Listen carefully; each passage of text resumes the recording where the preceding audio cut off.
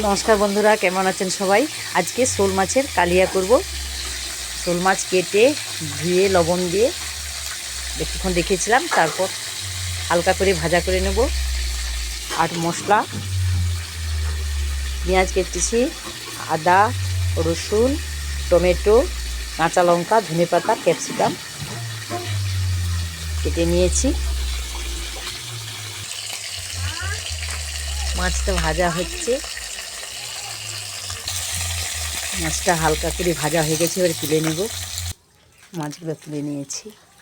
এবারে ফোড়ন হিসাবে তেজপাতা আর একটু দারুচিনি দিয়ে দিচ্ছি।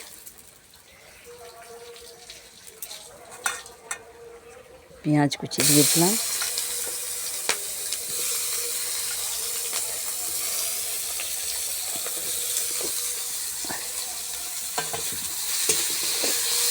ভাজা ভাজা করে নেব। ক্যাপসিকামটাও দিয়ে দিচ্ছি, একটু এখানে ভাজা করে নেব। এবারে কাঁচা লঙ্কাগুলো দিচ্ছি।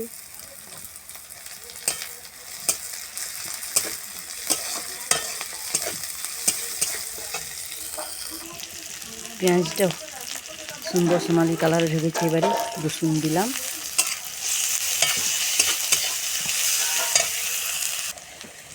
রসুনটা একটু ভাজা হয়ে গেছে, এবারে আদা দিলাম। এবারে পরিমাণ মতো লবণ, হলুদ,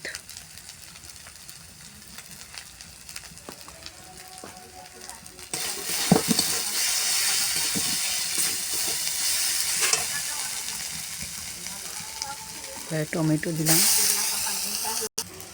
একটু পুরো লঙ্কা দেব।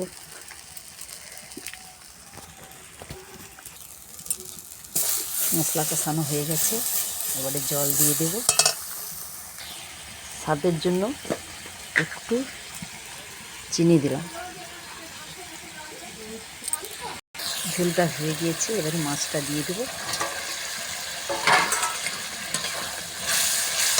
কিছুক্ষণ পরে হয়ে গিয়েছে, এবারে ধনে পাতা দিয়ে দিচ্ছি।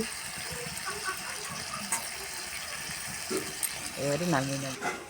শোল মাছের কালিয়া রান্না হয়ে গিয়েছে, নামিয়ে নিয়েছি।